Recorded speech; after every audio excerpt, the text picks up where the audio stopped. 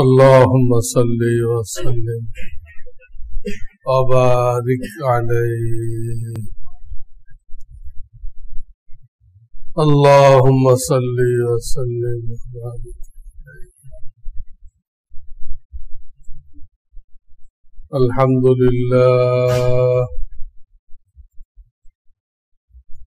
الحمد لله وكفى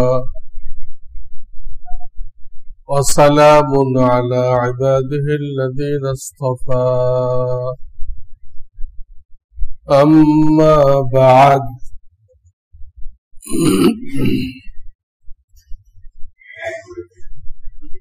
فقد قال النبي صلى الله عليه وسلم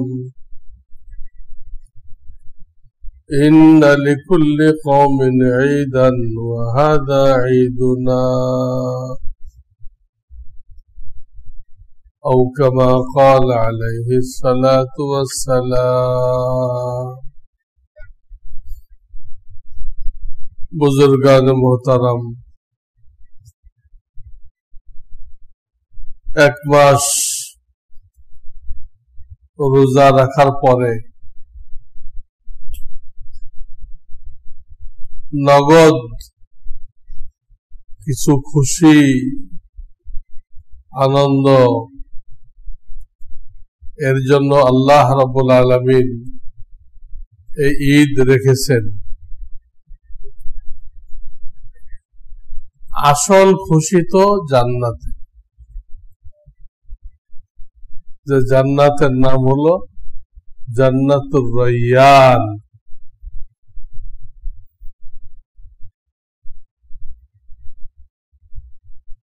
যেখানে খানা পিনার সব ধরনের ব্যবস্থা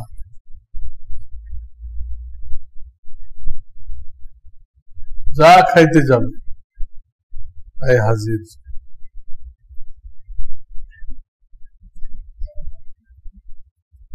আমি একবার বাইতুল্লাহ শরীফের সাথে একটা হোটেল আবাসিক জমজম টাওয়ার এটাতে উঠলাম সকালে আমাদের সামনে যে নাস্তা পেশ করা হইতো এটা 100-200 প্রকার বেশি হইতে পারে কম হবে না 100-200 প্রকার আইটেম নাস্তা আপনার পেট তো 1 পোয়া আর নাস্তা হলো 200 আইটেম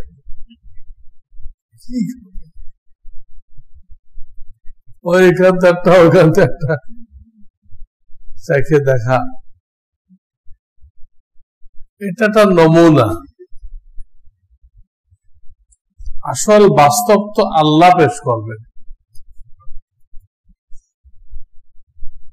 বাবুর রায়্যান দিয়ে ঢুকাইবেন ওই জান্নাতে যত রকম সুস্বাদু খানা আল্লাহর সন্তুষ্টি ওইটা হলো আসল খুশি আসল ঈদ এটা হলো ঝলক জাস্ট একটা নমুনা কিছু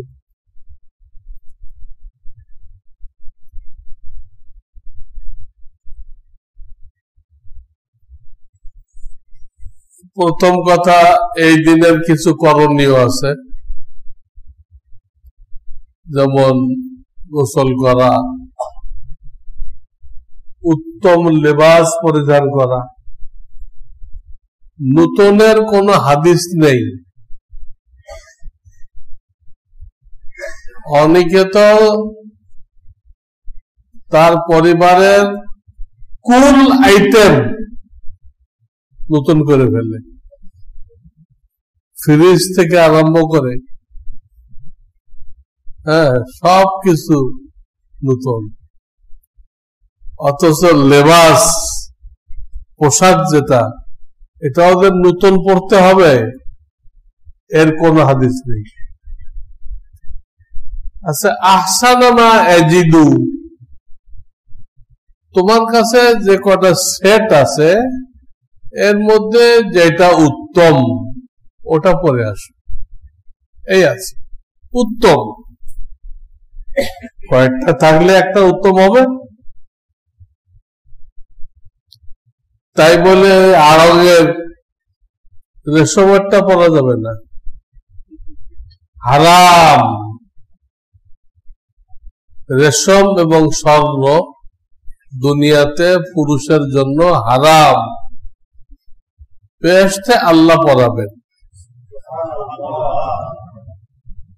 দুনিয়াতে হারাম। মহিলাদের জন্য জায়েজ, মহিলাদের জন্য জায়েজ এই রেশম আর স্বর্ণ।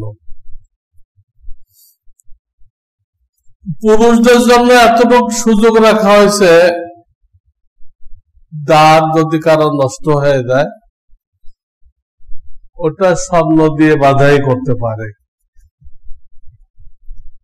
নাক যদি কারো নষ্ট হয়ে যায় কাটা যায় স্বর্ণ দিয়ে বাধাই করতে পারে। এতটুকু পুরুষের জন্য রাখা হয়েছে, আর কোনো সুযোগ নেই।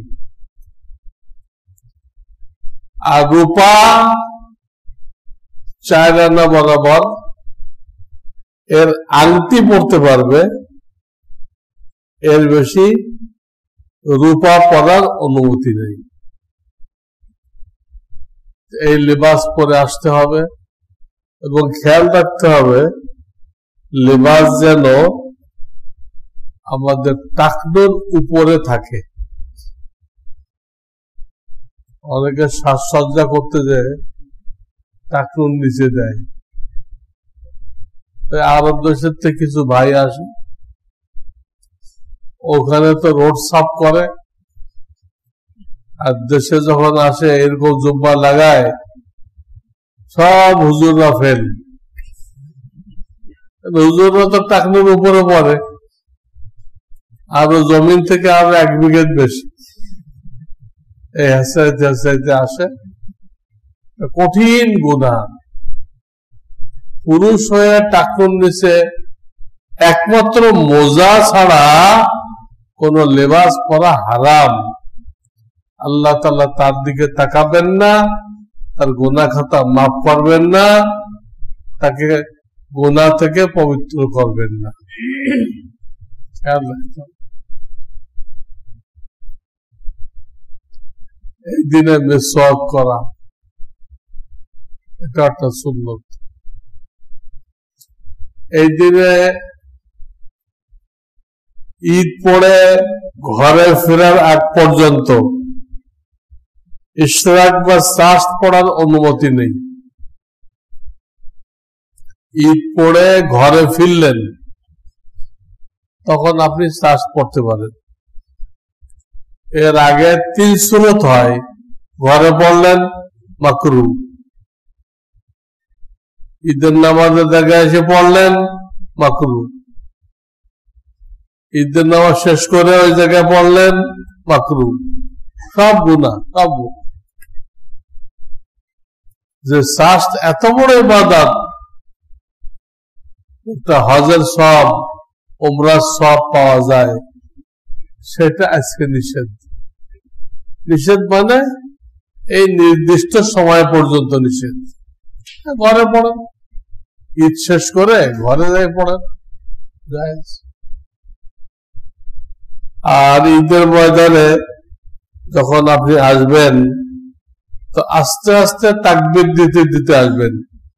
এই ঈদে আসতে কুরবানির ঈদের জোরে আল্লাহু আকবার, আল্লাহু আকবার, লা ইলাহা ইল্লাল্লাহ, আল্লাহু আকবার, আল্লাহু আকবার, ওয়ালিল্লাহিল হামদ, এটা পড়তে পড়তে আসতে হবে, ঈদের নামাজ আসতে হবে। এবং ঈদের নামাজে রওনা হওয়ার আগে আপনার সদকাতুল ফিতর দেওয়া হয়েছে কিনা এটা খেয়াল করতে হবে। কারণ সদকাতুল ফিতর দেওয়ার সর্বোত্তম টাইম হলো পয়লা রমজান থেকে নিয়ে ঈদের নামাজে রওনা হওয়ার আগ পর্যন্ত। এই টাইমে দিলে আপনি ডিভিশন পেয়ে গেলেন, ফার্স্ট ডিভিশন। এই টাইমে না দিলে মা পাবে না, কিন্তু দিতে হবে, কিন্তু আপনার আর কি নেই, ডিভিশন নেই, কোন রকম পাস করলেন এই আর কি। তো ফিতরা দিয়ে আসতে হবে। এবং এই নামাজে কোনো ডাকাডাকি জায়েজ নেই। একবার এলান করা যাক, কিন্তু এই যে আমাদের দেশে কালকেরটা আরম্ভ করছে, হ্যাঁ, রাত্রের থেকে নিয়ে আজকে সকালতে নিয়ে এই যে ডাকাডাকি আরম্ভ করছে, এই কয়টায় জামাত, এই হবে সেই হবে, দেরি করা হবে না, এগুলো একদম না জায়েজ। কারণ বুখারী শরীফের হাদিসে আসছে যে দুই ঈদে কোনো আজান নেই, কোনো ইকামত নেই, কোনো ডাকাডাকি নেই, এই ব্যাপারে কিচ্ছু নেই। চারটে শব্দ, আজান নেই, ইকামত নেই, ডাকাডাকি নেই, কিচ্ছু নেই। লা আযানা ওয়ালা ইকামাতা ওয়ালা নিদা ওয়ালা শাই। এখানে আল্লাহ একটা পরীক্ষা নিতে চাচ্ছেন। সারা বছর তো আজান ইকামত হয়, ঈদের সময় আজান ইকামত হবে না।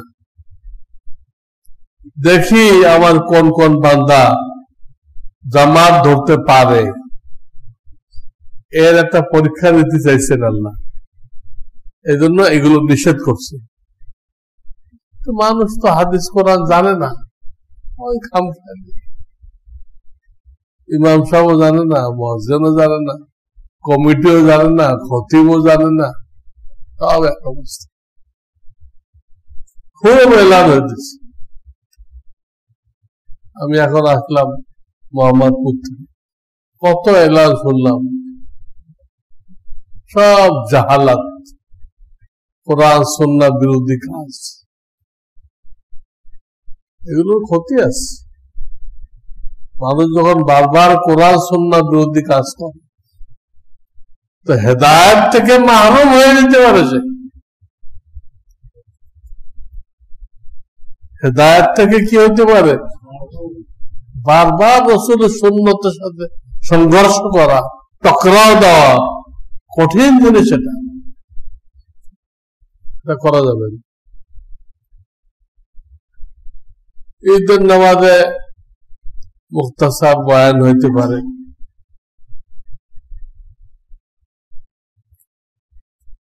আর যাদের সুযোগ আছে তাদের ঈদের নামাজ কোন মাঠে পড়তে পারলে ভালো। যাদের সুযোগ আছে, মাঠও আছে এবং সেখানে অনুমতিও আছে। আমাদের তো মাঠ আছে, অনুমতি নেই। এগুলো বেদাতিরা দখল করে বসে আছে, নিজেরাও পড়বে না, কাউকে পড়তে দিবে না, এদের কাজে। তারপরে ঈদটা কেন রাখা হয়েছে আমি একটু আগে বলছি, নগদ কিছু খুশি করার জন্য। তুমিও খুশি হও, তোমার আত্মীয় স্বজনকেও খুশি করো, তোমার পাড়া প্রতিবেশীকেও। এই যে সদকাতুল ফিতর দিচ্ছেন, যাকাত দিচ্ছেন, ঈদের দিন কিছু পাকায় দিচ্ছেন, এতে সবাই খুশি হইতেছে না? এই খুশি, এটা আল্লাহর উদ্দেশ্য।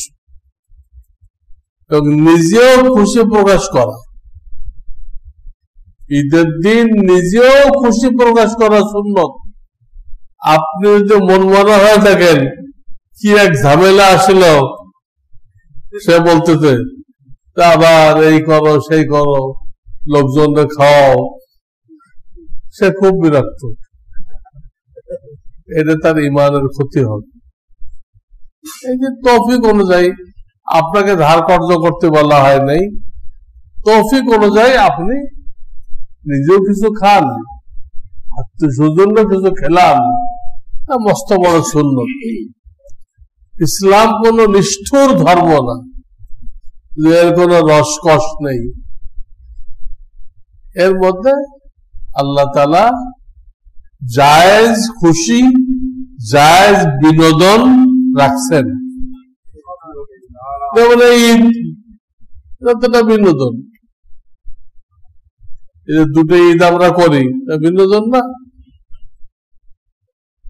কেউ বিয়ে করছে, অলিমা খাওয়ায়, এটা বিনোদন না? সবাই মিলে গোশত খাইতেছে, বিনোদন না?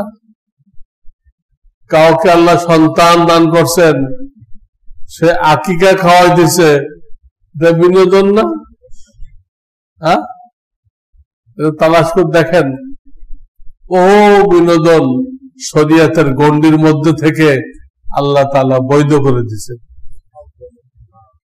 এমনকি কেউ যদি বিবি সামনে নিয়ে কক্সেস বাজার যায়, বেপর্দা না হয়, তো সেটাও শরিয়ত মানা করবে না। বিবিকে বেপর্দা করা যাবে না, আপনার বিবি আপনার জন্য, এটা আর 10 জনের জন্য অক্ষ করা যাবে না, আপনার জন্য খাস। বিবির মধ্যে কোনো সেরেক জায়েজ নেই, বিবির মধ্যে কোনো সেরেক, আরো কয়েকজনের শরীক করলাম, জায়েজ নেই। পর্দা সহকারে করতে হবে। হযরত ঈসা আলাইহিস সালাম সবসময় হাসি খুশিতে থাকতেন। ঈসা আলাইহিস সালাম, ওনার নিকটতম আত্মীয় হযরত ইয়াহইয়া আলাইহিস সালাম, উনি সবসময় গম্ভীর থাকতেন, কেমন যেন ক্রন্দনরত এটা থাকতেন। তো কোন একদিন সাক্ষাৎ হয়েছে দুইজনের, একজন আর একজনের উপরে আপত্তি জানাইলেন। ঈসা আলাইহিস সালাম বললেন, হে ইয়াহইয়া, তুমি যেভাবে থাকো, এইভাবে যদি থাকো, তাহলে লোকজন সব নিরাশ হয়ে যাবে আল্লাহর রহমত থেকে। নবীর এই দশা, সারাদিন কাঁদতে থাকে, আমাদের তো কোনো পাত্তাই নেই, লোকজন সব নিরাশ হয়ে যাবে, কোনো ভরসা পাবে না। উনি আবার বললেন, আপনি যেরকম সারাদিন হাসি খুশি করেন, এটাও তো সমস্যা। লোকজনের ভিতরে আল্লাহর ভয় থাকবে না, নবীর যখন কোনো ফিকির নেই, সারাদিন হাসি খুশি করতেছেন, তা আমরা বেড়া পার, আপনারাও তো সমস্যা। দুইজনে এই নিয়ে বহাস করছে। পরে আল্লাহর পক্ষ থেকে একটা ফেরেশতা আসছে, এসে বলল যে আল্লাহর পক্ষ থেকে ফয়সালা এই, হে ইয়াহইয়া, আপনি সবসময় এরকম থাকবেন না, মাঝে মধ্যে হাসি খুশি করবেন, সবসময় এরকম থাকবেন না। আবার ঈসা আলাইহিস সালামকে বললেন, আপনি সবসময় এত হাসি খুশি করবেন না, মাঝে মধ্যে চিন্তিত থাকবেন। দুইজনকে ব্যালেন্স করলেন, দুইজনকে কি করলেন? ব্যালেন্স করলেন। ইসলাম হলো মধ্যম পন্থা। ইসলাম কি? মধ্যম পন্থা। শরিয়াতের গণ্ডির মধ্যে থেকে আপনি জায়েজ বিনোদন করতে পারেন, কিন্তু কোন অবস্থায় আপনি শরিয়াতের বাইরে যেয়ে করতে পারবেন না, তাহলে আখিরাতেরটা থেকে মাহরুম হয়ে যাবেন। আসল বিনোদন তো আখিরাতে হবে, এখানে নাজায়েজ ভাবে করবেন। আজকে ঈদ, চলো বিবি সামনে নিয়ে একটু সিনেমা দেখে আসি, নাউযুবিল্লাহ, এটা তো বিনোদন। কিন্তু জায়েজ থাকলো, চলো আজকে একটু টেলিভিশন দেখি। কত রকম নাজায়েজ বিনোদন আছে, এগুলোতে আমরা যাব না, যাতে আমাদের আখিরাতেরটা নষ্ট না। গণ্ডির মধ্যে থেকে করেন, আল্লাহ যে সেবা রেখা দিয়েছে এর মধ্যে থেকে আপনি আনন্দ করেন। সেই আনন্দ সুন্নত, সেই আনন্দ সওয়াবের কাজ। এটা কি সওয়াবের কাজ করতে হবে। এবং এই ঈদের ময়দানে আল্লাহ তাআলা ফেরেশতাদেরকে জিজ্ঞেস করেন যে আমার বান্দারা একটা মাস কষ্ট করছে, তারা রোজা রাখছে, তারাবি পড়ছে, এরা কি বিনিময় পাইতে পারে? ফেরেশতারা বলে ওদের ইবাদতে তো অনেক ত্রুটি আছে, অনেক বিচ্যুতি আছে, আপনি অধিক দেখেন না, আপনি সবটা 16 আনা দিয়ে দেন। ইবাদত হিসেবে ওরা 16 আনা পায় না, কিন্তু আমরা সুপারিশ করতেছি ওরা অনেক কষ্ট করছে।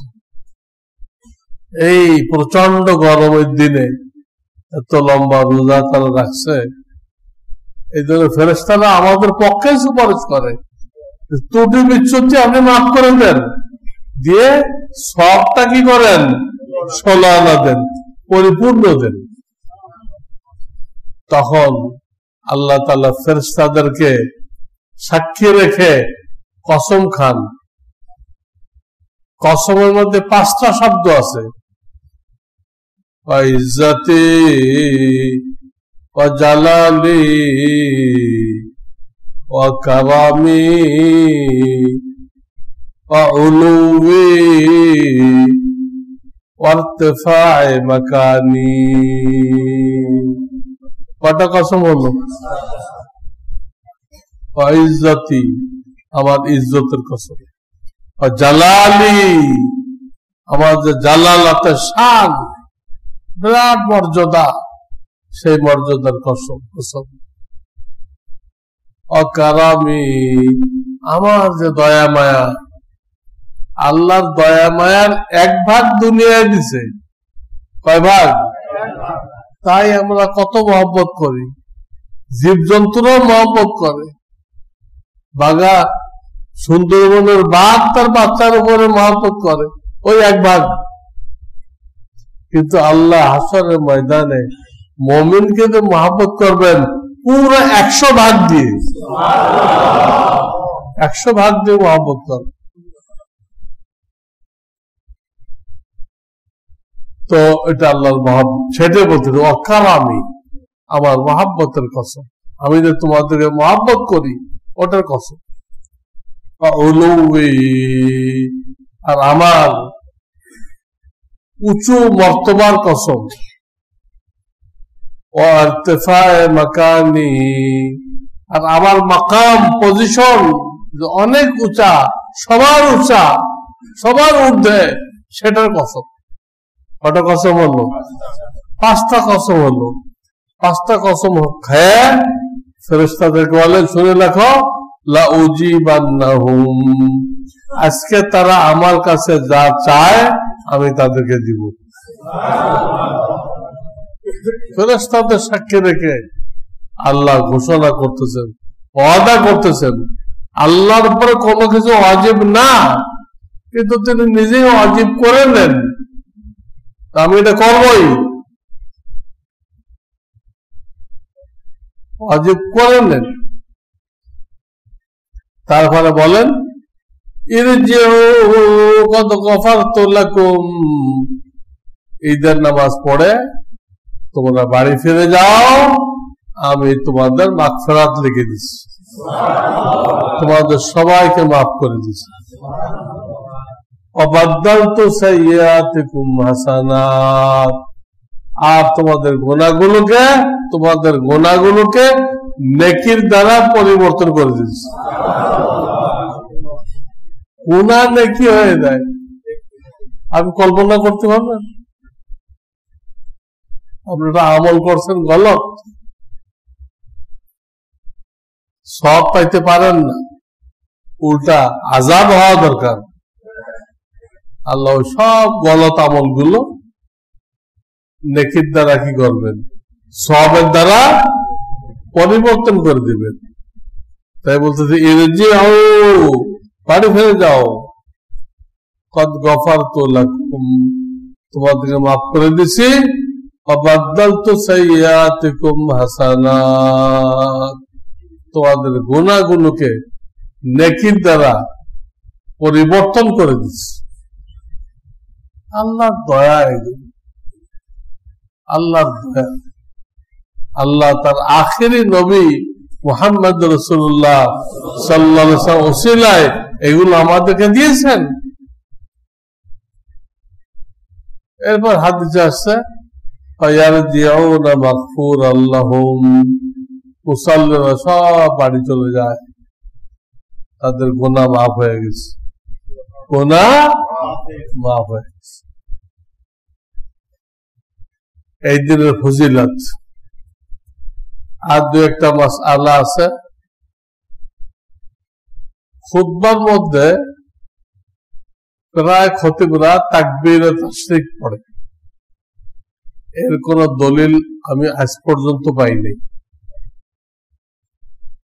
তাকবীরে তাশরিক, আল্লাহু আকবার, আল্লাহু আকবার, লা ইলাহা ইল্লাল্লাহু, আল্লাহু আকবার, আল্লাহু আকবার, ওয়া লিল্লাহিল হামদ।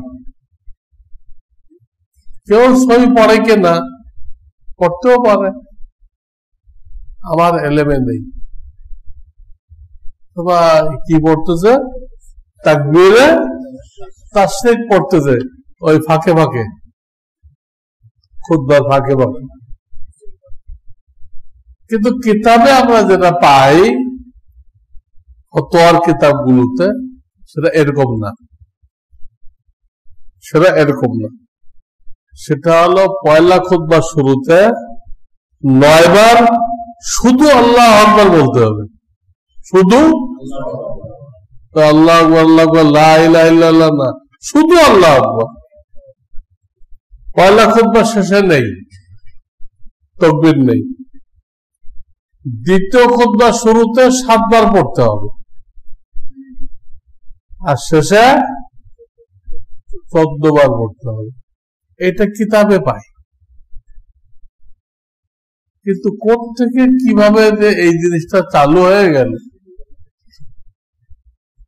এবং কারা খুতবাতুল আহকামে লিখেও দিয়েছে, কোন প্রেসওয়ালা, কোন ছাপাখানাওয়ালা, মাওলানা থানবীর খুতবা, তার ভিতরেও লিখে দিতে এটা, অথচ কোনো দলিল নেই।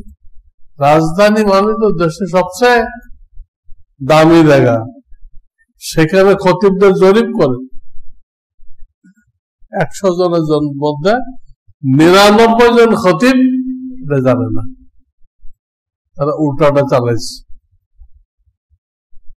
আবার সেটা মুসাল্লিদেরকে পড়তে বাধ্য করে, মুসাল্লি না পড়লে ধমক, এই আপনারা পড়েন না কেন? নিজে তো উল্টা করতে আছে, আর মুসাল্লিদেরকে উল্টা করতে কি করতেছে? বাধ্য করতেছে। খুতবার মধ্যে মুসাল্লিরা কোনো কিছু মুখে পড়তে পারবে না, রসুলের নাম আসলে দূরত্বও মুখে পড়তে পারবে না, সেখানে না জানার কারণে মুসাল্লিদেরকে গুনার মধ্যে বাধ্য করতেছে, ঠিক না? আর এই নামাজের পরে দোয়া আছে, কিন্তু এটা তো জুমার মতো না, জুমাতে আগে খুতবা পরে নামাজ, এখানে আগে নামাজ পরে খুতবা। খুতবার পরে কোন মোনাজাত প্রমাণিত নেই, খুতবার পরে কোন মোনাজাত প্রমাণিত নেই। তবে খুতবা শোনা কিন্তু ওয়াজিব, যারা ঈদে আসবে থাকবে তাদের জন্য শোনাটা কি ওয়াজিব। অনেক ইবাদত, অনেক বড় সওয়াবের কাজ। আর যে রাস্তাতে আসছেন আর এক রাস্তা যদি থাকে আপনার, তাহলে আর এক রাস্তাতে ফিরবেন, সবার খোঁজ খবর নিবেন, কেউ বিপদগ্রস্ত আছে কিনা সবার খোঁজ খবর নিবেন। এই জন্য যে রাস্তাতে আসবে সেই রাস্তাতে ফিরবে। আর এই ঈদে কিছু খাইয়ে আসতে হয়। নবীজি বেজোড় সংখ্যক খেজুর খাইতেন, বেজোড় সংখ্যক। আর কুরবানি ঈদে না খায় আসা উত্তম, যদি কেউ পারে। আজকাল তো প্রায় ডায়াবেটিসের রোগী, না খায় থাকলে আমার মসজিদে এসে বেহোশ হয়ে যাবে, লোকেরা পরেশান হয়ে যাবে। মানুষকে পরেশান করতে নেই, আগে তেমন ভাবে ব্যবস্থা নিতে হয় যে আমার কারণে কোনো ভাই যেন পরেশান না হয়। তারপর তো কেসপত্র থাকে, সেটা তো কন্ট্রোলের বাইরে। কিন্তু আপনি আপনার সাধ্য মতো আগের থেকে এমন ব্যবস্থা গ্রহণ করবেন যে আপনার জন্য, আপনার ভাইয়েরা জন্য পরেশান না হয়, ছোটাছুটি দৌড়দৌড়ি করতে না হয়। এই ঈদে খাই আসতে হবে। আর সর্বশেষ একটা মসলা, এই ঈদের নামাজের পর দেখা যায় কোলাকুলির ভিড় লেগে যায়।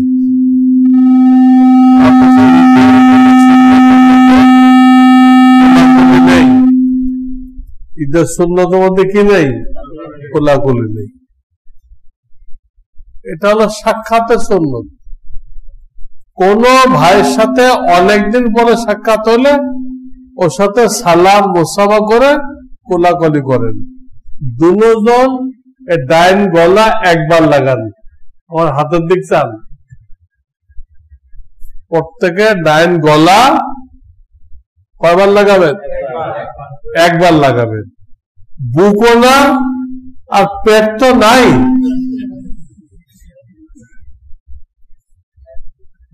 বুঝছেন? পেট দিয়ে করলে হবে না, বুক দিয়ে করলে হবে না। মোট কয়বার?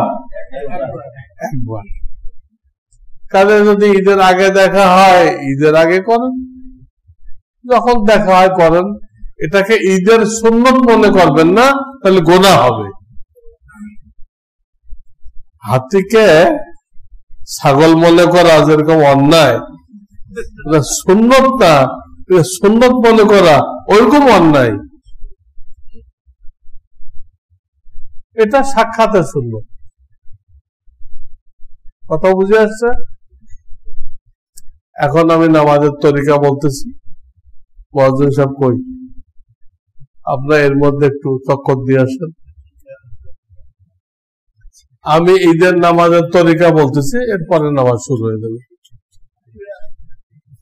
প্রথমে নিয়ত করে হাত বাঁধবেন, তাকবীরে তাহরিমা। আরবি নিয়ত যারা ভালো বোঝেন না তারা আরবি নিয়ত করবেন না, ওটা কোরআন হাদিসে নেই এবং ওর অর্থ মেলে না। অর্থ ওর মধ্যে আছে মুতাওয়াজ্জিহান ইলাল জিহাতিল কাবাতিশ শরীফা, কাবার দিকে হইতে হবে, কিন্তু ওটা মুখে করার কোনো দরকার নেই। বুঝছেন না? শরীর পাক হইতে হবে, কিন্তু ওটা মুখে করার কোনো, জানলাম আমি শরীর পাক করিয়া, হ্যাঁ আমি কাপড় পাক করিয়া, হ্যাঁ আমি জায়গা পাক করিয়া, এগুলো বলার দরকার নেই। এগুলো করতে হবে, বলার দরকার নেই। ওই নিয়ত গলত। বাংলায় বলেন 2 রাকাত ঈদুল ফিতরের ওয়াজিব নামাজ এই ইমামের পিছনে পড়তেছে, শেষ। 2 রাকাত ঈদুল ফিতরের ওয়াজিব নামাজ এই ইমামের পিছনে পড়তেছি, এটুকু বলতে হবে। 6 তাকবীর বলার দরকার নেই, 6 তাকবীর দিতে হবে নামাজের মধ্যে, কিন্তু ওটা নিয়তের কোনো পাঠ না। আগের থেকে আল্লাহর সাথে ওয়াদা করার দরকার নেই আমি 6টা দিব, আল্লাহ আপনি খেয়াল রাখেন, আগে বলার দরকার। তকবীর 6টা দিবেন, নিয়তের অংশ না। অনেক কিছু ক্ষুদ্র ক্ষুদ্র জিনিস আমরা খেয়াল করি না, কতটুক নিয়ত না বেশি কথা, এটা আমরা খেয়াল করি না। তো এইভাবে আমি যে নিয়ত শেখাইলাম, এইভাবে নিয়ত করে প্রথম তাকবীর দিবেন, এটার নাম তাকবীরে তাহরিমা। তাকবীরে তাহরিমার পরে সবাই সানা পড়বেন। সানা পড়া যখন হয়ে গেল, ইমাম সাহেব আরো 3টা দিবে। আরো কটা দিবে? প্রথম দুটাতে হাত ছেড়ে দিবেন, প্রথম দুটাতে হাত ছেড়ে দিবেন। তৃতীয়টাতে কি করবেন? হাত বাঁধবেন। হাত বাঁধে আপনাকে আর কিছু পড়তে হবে না। ইমাম সাহেব আউযু বিল্লাহ বিসমিল্লাহ পড়ে সূরা ফাতিহা আরম্ভ করবেন, আওয়াজ করে, মনে মনে না। জোহরের নামাজ, ইশরাকের নামাজ তো মনে মনে, এটা কি আওয়াজ করে পড়বেন। পড়ে স্বাভাবিক নিয়মে প্রথম রাকাত হয়ে যায়। এরপর আসবে দ্বিতীয় রাকাত। দ্বিতীয় রাকাত স্বাভাবিকভাবে সবকিছু হবে, কিন্তু পার্থক্য কোথায়? দ্বিতীয় রাকাতে রুকুর সময় ইমাম সাহেব 3টা বেশি রুকু দিবেন। কয়টা? 3টা। বেশি মানে বেশি বেশি তাকবীর দিবেন। 3টা বেশি তাকবীর দিবেন। ওই 3বার আপনি হাত ছেড়ে দিবেন, হাত সাইডে ছেড়ে দিবেন। চতুর্থবার উনি আর একটা তাকবীর দিবেন, ওটা হলো রুকুর তাকবীর। ওটা কি? রুকুর তাকবীর। ওই তাকবীর শুনে আপনি রুকুতে যাবেন। এরপরে বাকি নামাজে কোনো পার্থক্য নেই, বাকি নামাজ নরমাল যেমনি পড়ে থাকেন এইভাবে। নামাজের পরে সংক্ষিপ্ত মোনাজাত হবে, ওটাই আসল মোনাজাত। মোনাজাতে পরে 2টা খুতবা হবে, কেউ উঠবেন না, সব চুপচাপ বসে থাকবেন, খুতবা শুনবেন। খুতবা শোনার পরে প্রত্যেকে যার যার বাড়িতে চলে যাবেন। খুতবার পরে আর মোনাজাত হবে না, যেহেতু হাদিসে নেই। আমরা তো হাদিস কোরআনকে ফলো করব। মুসল্লিদের খুশি করার জন্য এটা বেশি মোনাজাত দিব না। জান না কতক মসজিদে তারাবির নামাজে প্রতি 4 রাকাতে মোনাজাত, প্রতি 4 রাকাত, আবার বেতনের পরে মোনাজাত। 4 রাকাতের পরেও নেই, বেতনের পরেও। এইগুলো জিনিস উল্টা পাল্টা আগের থেকে চালু হয়ে আসছে, এখন কিছু কিছু আল্লাহর মেহরবানি ঠিক হইতেছে। এই মোটামুটি আমি ঈদের নামাজের তরিকা বলে দিলাম। এবার আপনারা